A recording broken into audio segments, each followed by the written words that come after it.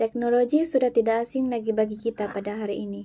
Seperti yang kita ketahui, teknologi maklumat tercipta mempunyai tujuan dan sebab-sebab yang tertentu, yang mana memberikan bantuan kepada manusia untuk menyelesaikan masalah selain mencetuskan kreativiti dan menjadikan manusia lebih berkesan dan efektif dalam melakukan sesuatu kerja seperti laptop, telepon pintar, dan gadget-gadget lainnya.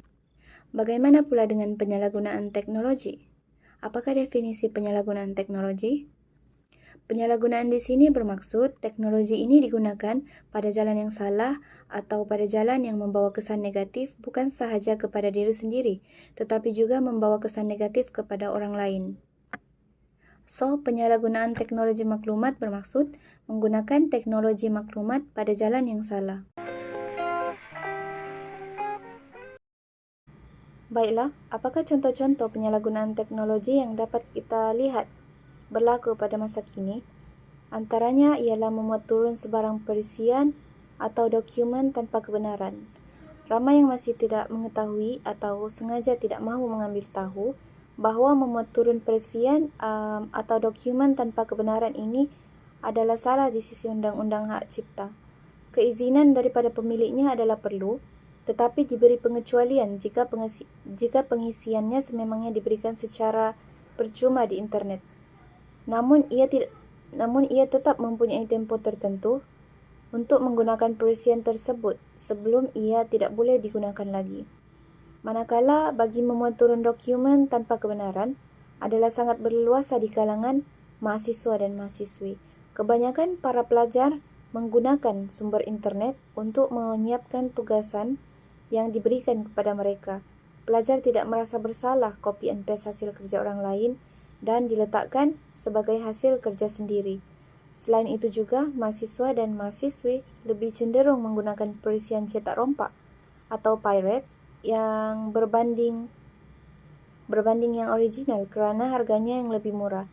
Disebabkan faktor keuangan dan rakan-rakan, ramai mahasiswa-mahasiswi menggunakan perisian cetak rompak walaupun jika dikaji dari segi kualiti adalah lebih rendah berbanding yang original, malah sangat mudah untuk mengalami kerosakan. Selain itu, terdapat individu yang menyalahgunakan teknologi kerana terjebak dengan video-video yang berunsurkan pornografi di internet. Pornografi bermaksud laman web lucah atau tidak sopan. Terdapat individu-individu yang tidak bertanggungjawab melakukan aktiviti haram seperti menyebar video-video yang tidak sepatutnya di internet. Tambahan lagi, ada juga yang menjalankan perniagaan haram dengan menjadikan bahan-bahan pornografi sama ada gambar maupun video dijual terutamanya kepada golongan remaja demi meraih keuntungan diri sendiri, sekalipun harus meruntuhkan nilai etika dan peradaban dalam pelbagai lapisan masyarakat. Hal ini sememangnya amat serius pada masa kini, kerana bahan-bahan tersebut begitu mudah diperolehi di internet. Perkara ini juga dilihat menjadi penyebab kepada masalah yang lebih serius atau gejala tidak bermoral dan seks rambang oleh belia. Sudah terang lagi jelas masalah ini dilihat bermula dengan penyalahgunaan teknologi yang mana perlu diambil serius oleh pihak-pihak yang bertanggungjawab seperti Suruhanjaya Komunikasi dan Multimedia SKMM dalam meningkatkan pemantauan terhadap aktiviti komunikasi dan multimedia yang tidak bermoral. Contoh yang lain pula ialah individu pada masa kini telah menyalahgunakan teknologi kerana telah merendahkan martabat bahasa ibunda. Dalam hal ini, bahasa ibunda contohnya bahasa Melayu telah direndahkan martabatnya apabila mesej yang dihantar melalui pesanan ringkas atau SMS telah dipendekkan, malahan ada juga yang mengubah ejaan asal bahasa Melayu itu sendiri. Hal ini telah menjejaskan bahasa Melayu yang telah menjadi bahasa rasmi di Malaysia. Tambahan pula, hal ini dilihat mampu mempengaruhi kehidupan kerana bahasa short form telah digunakan dalam kehidupan seharian mereka untuk berkomunikasi sesama sendiri. Di samping itu, perkara ini juga dikuatiri akan menjejaskan pembelajaran dan pendidikan belia pada masa kini kerana bahasa short form berkemungkinan digunakan semasa pembelajaran di sekolah, peperiksaan dan lain-lain. Assalamualaikum warahmatullahi wabarakatuh. Nama saya Ila Azizah binti Rosdi. Jadi saya ingin menyampaikan mengenai faktor-faktor yang mempengaruhi kepada penyalahgunaan teknologi dalam kalangan kanak-kanak maupun remaja pada masa kini. Jadi faktor utama, faktor yang paling penting ialah peranan ibu bapa. Jadi pada masa kini kita banyak melihat bahawa ibu bapa memberikan anak-anak mereka pendedahan kepada teknologi pada peringkat umur yang sangat awal. Kadang-kadang pada umur 2-3 tahun dah terdedah dengan teknologi. Okay? Jadi sebagai contohnya kita dapat lihat kalau kita pergi restoran, kalau kita makan dan kita tengok ada sebuah keluarga yang ada anak kecil dan anak kecilnya menangis, ibu bapa akan menggunakan jalan alternatif, iaitu dengan memberikan anak mereka telefon untuk mendiamkan anak mereka daripada menangis. Hal ini seterusnya adalah mendorong pada ibu bapa untuk membelikan anak mereka itu telefon pintar.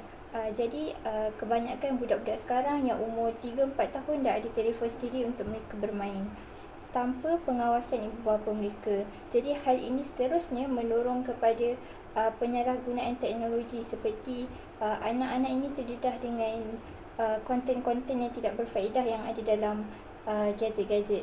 Antaranya ialah konten-konten lucah. Sebab tu kita tengok kalau berlaku kes-kes penzinaan pada masa kini, kes zina yang berlaku adalah dalam kalangan budak-budak yang sangat kecil. Adik-adik yang sekolah rendah pun dah melakukan zina. Kenapa diorang boleh melakukan perkara ini? Kerana mereka telah melihat video-video tersebut pada peringkat umur yang sangat awal. Jadi mereka ada perasaan ingin melakukan. Jadi mereka akan melakukan dalam kehidupan harian mereka, dan terjadilah perkara zina dalam kalangan pelajar sekolah rendah, pelajar sekolah menengah dan orang-orang dewasa itu sendiri. Jadi dapat kita lihat di sini adalah faktor berlakunya penyalahgunaan teknologi ini juga adalah berpunca kepada ibu bapa yang memberikan anak-anak mereka telefon pada peringkat yang sangat awal tanpa mengawasi aktiviti anak-anak mereka. Faktor yang seterusnya yang mempengaruhi kepada penyalahgunaan teknologi adalah faktor rakan sebaya. Seperti yang kita tahu, rakan sebaya adalah orang yang paling kuat mempengaruhi diri kita, sebab kita sentiasa bersama dengan rakan, lebih daripada kita bersama dengan ibu bapa kita. Jadi dekat sini rakan sebaya kita senang untuk mempengaruhi diri kita. Jadi kalau nak dikaitkan dengan konsep penyalahgunaan teknologi, ada kawan-kawan kita yang mempunyai ilmu yang lagi tinggi pasal IT. Mungkin diorang pergi ke kursus, diorang mengambil kursus, ataupun diorang tengok video-video di YouTube. Sebab dekat YouTube sekarang macam-macam ada ilmu tentang IT. Orang masukkan dalam YouTube untuk share ilmu diorang dengan orang lain. Tapi mungkin ada sahabat-sahabat kita yang menyalahgunakan ilmu tu untuk kepentingan diri sendiri. Sebagai contoh, ilmu hacking. Sebab hacking ni boleh digunakan untuk curi data orang lain. Jadi mungkin ada orang yang ada ilmu pasal hacking ni, lepas tu ada sesuatu yang berlaku yang menyebabkan dia menggunakan ilmu ini ke jalan yang salah. Jadi bila dia berkawan, dia cenderung untuk kongsikan ilmu ni dan dia ajak kawan dia untuk sama-sama buat benda negatif ni. Sebab benda ni bukan saja memberi kesan negatif kepada diri sendiri, benda ni juga memberikan kesan negatif kepada orang lain. Sebab data orang lain boleh dicuri, data peribadi, data sulit mereka, malah data tentang kewangan mereka atau wang mereka sendiri boleh dicuri. Jadi ini perkara yang sangat serius dan bahayalah dan tidak sepatutnya berlaku.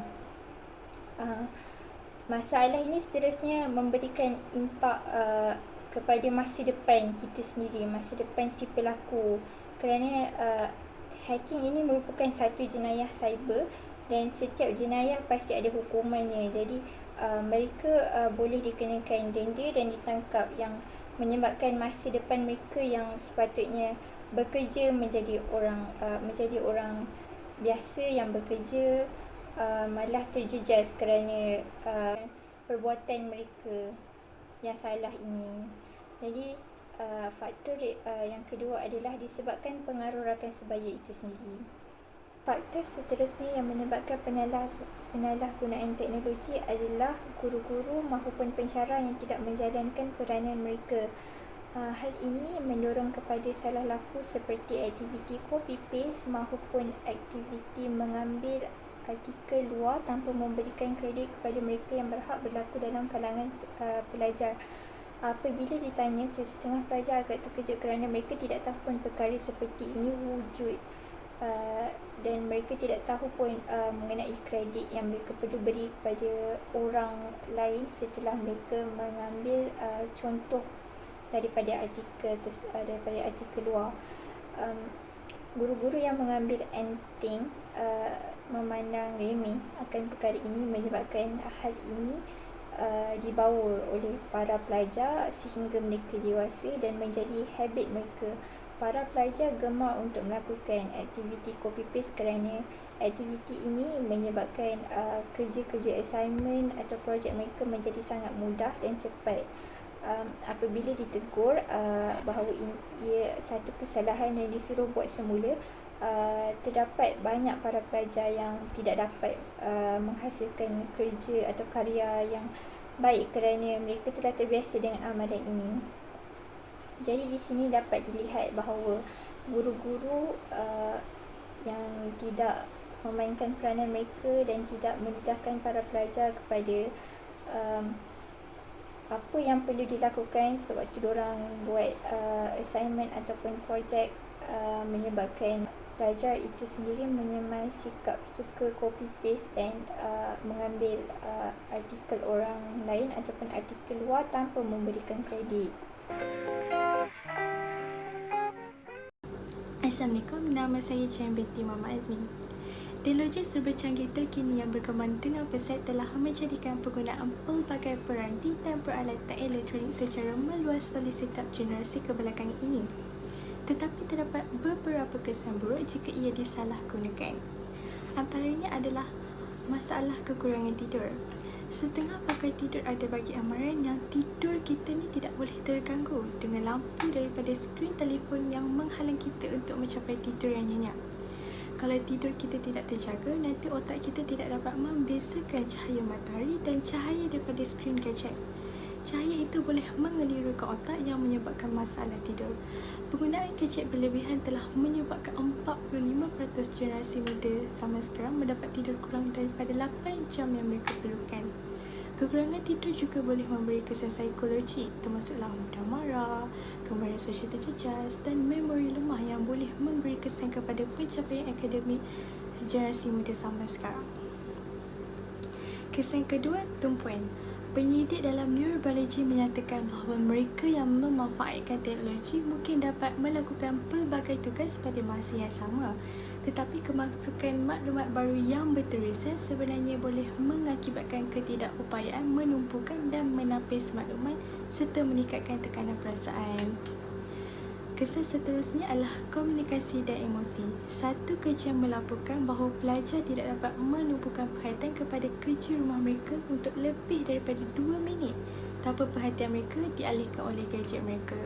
Apa yang perlu dirisaukan adalah kemungkinan pelajar masa kini akan belajar bukan secara mendalam seperti generasi sebelumnya kerana ketidakmampuan mereka memproses maklumat secara mendalam disebabkan gangguan-gangguan sewaktu belajar.